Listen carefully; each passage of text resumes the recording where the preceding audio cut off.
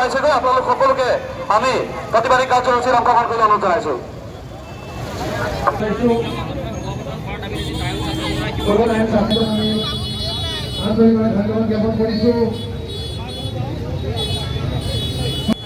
আমাৰ কীৰ্তিচিহ্নসমূহ য'ত বেদখলমুক্ত হৈছে তাক বেদখলমুক্ত কৰিব লাগে। আপোনালোকে হয়তো জানে এই সম্বলসমূহ বেদখলমুক্ত কৰি যমুনা উন্মুক্ত কৰিবৰ কাৰণে আমি আহ্বান জনাইছো। অকল বেদখলমুক্ত কৰিব আমি চৰকাৰক দাবী জনাইছো, কিন্তু আজি পৰ্যন্ত চৰকাৰে কিন্তু এই ক্ষেত্ৰত কোনো গুৰুত্ব প্ৰদান কৰা নাই। সেয়েহে আমি আজি